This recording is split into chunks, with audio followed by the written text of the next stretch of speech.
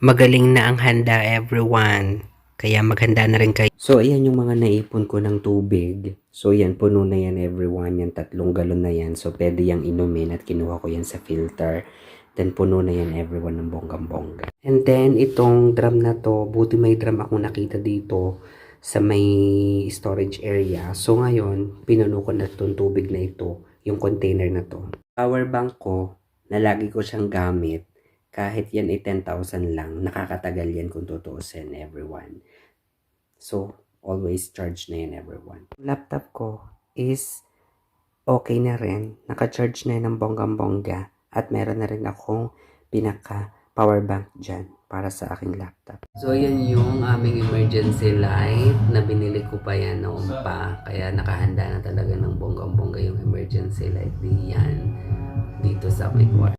Nakahanda na rin itong aking mga emergency batteries para sa flashlight. At meron akong flashlight dito sa amin. So, ayan. Nakahanda na rin yung aking mga first aid medicines. Yung mga mabilisan lang. So, ayan. Kompleto na yan ng bonggang-bongga.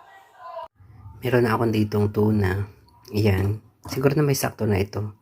Tuna canned foods for 72 hours. Tsaka itong noodles. So, yan lang. At ako hindi pa nakakapamali.